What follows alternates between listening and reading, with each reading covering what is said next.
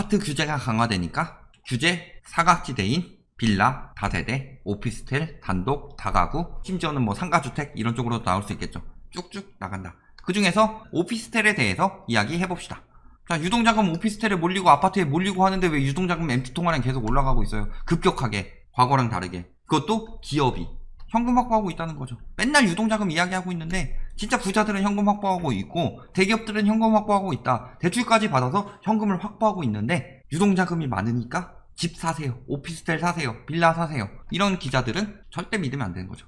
머가리가 없거나 사기꾼들이죠.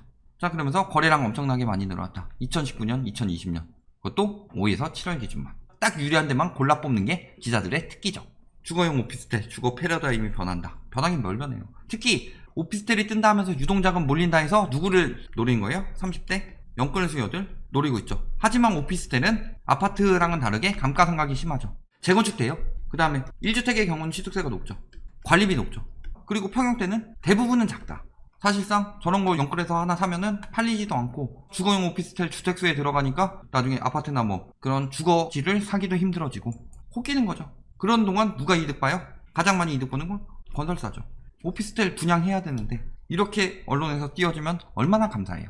패러다임 변한다 이런 데들 몰린다 하는 경우 대부분 뭐다? 홍보다 홍보. 판교역까지 20분, 강남역까지 30분대 이동이 가능한 광교 오피스텔. 기사들이 특정 오피스텔을 띄운다, 특정 단지를 띄운다 이런 건 다 홍보죠.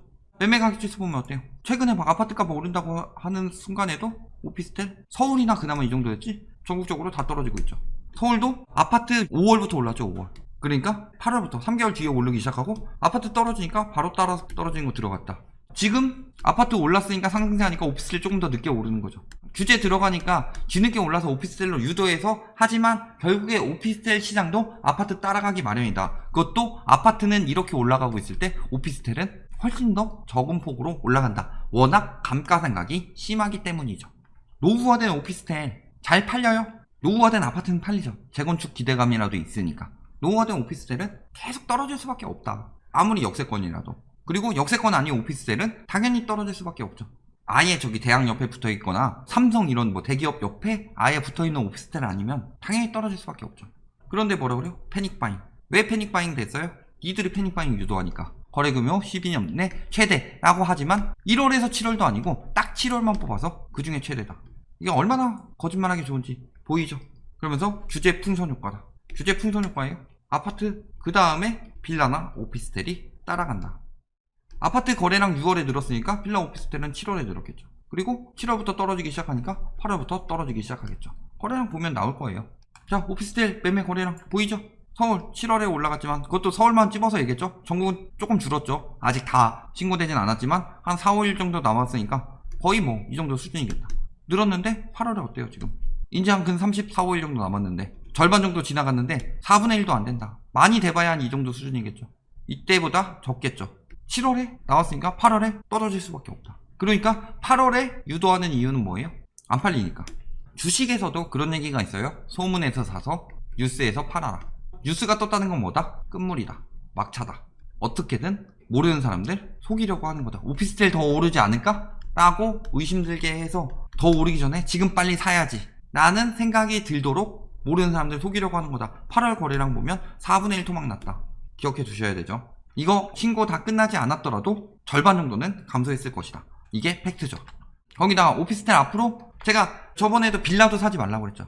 빌라 앞으로 임대사업자 매물 많이 나올 수밖에 없다. 오피스텔 역시 마찬가지다. 경매 매물 많이 나올 수밖에 없습니다. 첫 번째, 2천만원 이하 주택 임대소득에도 건보료 부과한다. 불로소득이죠. 건보료는 국가에서 의료 혜택을 저렴하게 받도록 해주는 혜택이죠. 미국 같은 데 가면은 아파도 병원 못 가요. 너무 비싸서. 근데 우리나라는 건보료라는 혜택이 있었기 때문이죠. 근데 그 혜택을 받으려면은 자기가 소득이 있으면 건보료를 내야 되는데 2천만원 이하의 불로소득에 대해서는 건보료를 안 냈더라. 물론 생계형인 경우가 많다고는 하지만 근로소득도 건보료 되죠. 자동으로 떼가죠. 여기다가 직장 가입자의 경우는 근로소득 제외한 금융사업 임대소득이 연 3,400만원을 초과할 경우 초과분에만 건보료가 부과된다. 그러니까 생계형 임대사업자들인데 왜 이들한테까지 건보료를 물리냐. 자, 그러면은 2천만원 이하니까 1200 번다고 해봅시다. 월 100이죠. 월 100만원 받고 일하는 사람 많죠. 이 사람들은 내는데 이 사람들은 왜 안 내요? 이 사람들은 일하고 내는 건데 이 사람들 일도 안 하고 자본소득을 얻는 거잖아요. 자본소득이 근로소득보다 혜택이 많아지면은 그 자본주의는 무너지기 마련이죠. 근로 떨어지고 양극화는 계속 심화될 수밖에 없고 불만이 당연히 터질 수밖에 없죠. 자본주의에서 자본소득을 인정을 하지 않는다 이건 아니지만 자본소득보다는 근로소득이 더 인정돼야 되죠. 첫 번째는 그거고 두 번째는 뭐예요? 특히 이 중에서 의식주에 관련된 것에 대해서는 근로소득이 과하게 되면 제재가 들어가야지 그렇지 않으면은 문제가 터진다는 거죠. 그러니까 비트코인 순전히 투기죠. 아무 의미 없었죠. 가상화폐라고 하는데 예전에 싸이월드 도토리라든가 게임 머니 이런 게 차라리 가상화폐 역할을 했지 비트코인이 무슨 역할을 했어요. 그런데도 그것보다 부동산 투기가 더 문제가 되는 점은 뭐다? 사람의 의식주에 관련되어 있기 때문에 내가 이것에 영향을 받고 싶지 않더라도 어쩔 수 없이 받는 사람들이 생기기 때문에 이런 투기는 막아야 되는 거죠. 그러니까 당연히 그런 부분에 대해서 혜택을 과하게 받는 것은 막아야 되는 거죠. 1년간 한시적으로 70% 납부한다. 아파트만 잦은 말소 허용한다. 그러면서 비아파트 임대사업자 역차별의 분노. 왜 역차별이에요? 세금 혜택을 받기 위해서 임대사업자를 한 거죠. 그렇다면은 세금 혜택을 받는 대신에 4년에서 8년 또는 뭐 10년짜리 이 기간 동안에는 임대를 무조건 지켜야 된다라는 거죠. 역차별이에요? 아니죠. 당연히 해야 되고 해야 되는 거죠.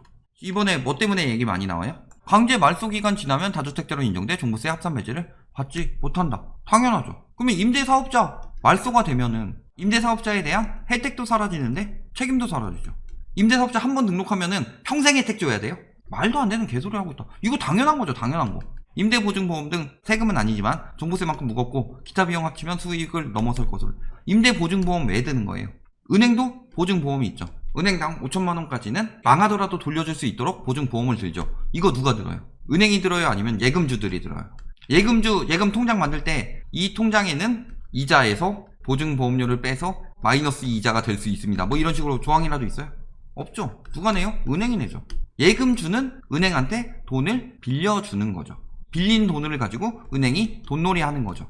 당연히 은행이 들어야 되는 거죠. 빌린 쪽이. 나는 갚겠다는 의사를 확실히 하기 위해서. 자, 그렇다면 보증보험을 생각해 봅시다. 보증보험은 뭐예요? 임대인이 임차인한테 전세 보증금을 받죠. 그렇다면은 이 전세 보증금을 돌려줘야 된다라는 것은 이거 임차인의 혜택이 아니라 임대인의 의무죠. 당연히 돌려줘야 되는 건데 안 돌려주는 사고가 늘어나고 있다. 그러니까 이 보증보험료는 임대인이 내는 게 맞는 거죠. 그런데도 불구하고 임대인이 다 내는 것도 아니고 75%의 임대인이 내고 임차인이 25% 내는 거예요. 그런데 지금까지 임차인이 냈다고 당연한 권리인 양 주장하고 있는데 당연히 임대인이 내야 되는 거죠. 이게 부담되면 전세를 안 받으면 되죠. 나 생계형으로 했는데 그거는 생계형은 월세고 보증금 얼마 안 되니까 보증보험료도 얼마 안 되잖아요. 저거 반발하는 인간들 누구예요? 전세 놓은 거죠. 시세 차익 보려고. 아니면은 내가 자금이 부족하니까 전세 돈 빌려서 메꾼 것이면은 당연히 돌려줘야 되는 돈이니까 이자도 안 내고 대신에 거기 사용권은 어느 정도 주지만 다가구 같은 경우 전세 하나 놓고 월세 돌리잖아요. 그럼 자기 자본 적게 들어가서 수익률 올리기 위해서 전세를 놓는 건데 당연히 보증해줘야죠. 그게 왜 불만이에요? 여태까지 혜택을 보고 있었던 거죠. 그러니까 지금 여기 오피스텔 뭐 다세대 임대사업자 뭐 파산 위기다 뭐 역차별이다 이런 이야기 하는데 문제는 뭐예요? 여태까지 보던 혜택을 못 보게 하니까 이게 굉장히 불이익인 것처럼 이야기하고 있는데 불이익 아니죠. 이익을 뺏어간 것일 뿐이죠. 그것도 언제? 이런 거는 당연히 말소기간 이후. 임대사업자 혜택 그대로 주겠다. 연장만 안 된다. 끝이다. 이번이 마지막이다. 이 얘기한 거죠. 지금 뭐 실업급여에 대한 이야기 많이 나오는데 실업급여 3달 주고서 끝이다. 3달 이상은 못 받는다. 라고 하면은 왜 혜택 주다가 안 줘? 3달 이상 일자리 잃은 사람한테 역차별해? 라고 얘기하는 거랑 다를 게 뭐예요? 기간 지나면 혜택 못 받는 건 당연한 거죠. 분양가보다 매매가 낮춰도 매수자가 없다. 그러니까 제가 사지 말라고 계속 얘기하잖아요. 시세 차익을 보려고 사는 건 안 되죠. 오피스텔 같은 경우는 월세로 임대료도 올리고 그만큼 감가상각 감안해야 되는데 전세로 시세 차익 보기 위해서 판 거는 자기가 선택 잘못한 거죠. 왜 선택 잘못한 것에 대해서 정부가 무조건 비싸게 팔도록 보장을 해줘야 돼요.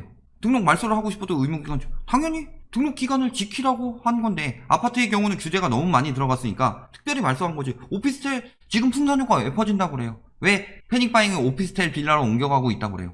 그만큼 규제가 안 들어갔기 때문이죠. 그러니까 아파트는 그만큼 규제가 많이 들어갔으니까 지금이라도 너무 심하니까 말소하는 거지만 오피스텔 뭐 규제 많이 들어갔어요? 개뿔도 안 들어갔는데 왜 혜택은 똑같이 달라고 그래요? 원칙적으로 임대사업 소득세 필요 공개로 인정될 수 있다. 그리고 2천만원 이하 분리과세 대상 필요 경비율을 적용하게 되고 필요 경비가 늘어나면 경비율을 조정할 수도 있다. 이들이 하도 이렇게 혜택 받던 거 가지고도 난리를 치니까 정부에서 뭘 한 거예요? 살려는 드릴게. 보증보험료로 세금에서 빼줘서 살려는 드릴게 하는 거죠. 아니 이거는 원래 당연한 거고 이것도 반발 일으키니까 또 땜질 정책으로 하는 거다. 아니 당연히 보험료 이런 거 회사 같은 데서 차량 보험이라든가 무슨 보험 들면 그거 당연히 경비로 빠지죠. 똑같은 거예요. 당연히 들어갈 건데 이거에 대해서 아무도 설명 안 해주고 기사에서 호도만 하고 있으니까 정부에서 얘기를 했다. 그러니까 이걸 가지고 정부에서 또 땜질 정책 나왔다. 이런 식으로 유도하고 싶은 거죠. 임대, 법인, 매물 폭탄, 오피스텔 매물 폭탄 나온다. 지금 뭐 최근에 하도 기사 많이 때려대서 임대사업자들이 원래 시세 차익을 보기 위해서 임대사업을 하는 것처럼 나타나는데 그런 거는 대부분 아파트 한정이고 오피스텔 같은 경우는 대부분 뭐였어요? 임대사업자 하는 사람들 월세 받는 임대사업자들이 많았죠. 그런데 법인 강화됐죠. 법인들 해가지고 그러니까 매물 폭탄 나오겠죠. 4년 단기 임대로 오피스텔 사업을 했던 법인들이 폐업하면서 내놓는 물건들 다주택 중과를 피하려는 사업자들이 급히 내놓으면서 임차기간 남은 매물들 많다. 임대사업자 폐업 금매물 중에서 분양가 거의 오르지 않은 금액에 내놓기도 한다. 마포, 여의도, 강남 핵심 지역들은 안 떨어질 것 같아요. 오피스텔 수익률은 2% 3%대인데 다주택 중과로 6% 세금을 내야 되니까 당연히 매물 나올 수밖에 없죠. 그런데 왜 지금 패닉바잉으로 유도해서 사도록 유도하냐. 앞으로 금매 경매는 쏟아져 나올 텐데. 결론, 오피스텔 패닉바잉은 기자들이 만드는 거다. 7월에 거래량이 늘었던 것은 첫 번째 이유는 진짜 속아서 패닉바잉 하다가 오피스텔도 주택수에 포함되니까 불법 증여 가능성이 굉장히 높다는 거죠. 임대사업자 도중에 팔면은 과태료 나오니까 도저히 안 돼서 그냥 아예 버려버려가지고 경매, 공매로 내는 물건들이 앞으로 굉장히 많이 급증하게 될 것이다. 그리고 법인 오피스텔도 굉장히 많았죠. 금매 쏟아져 나올 것이죠.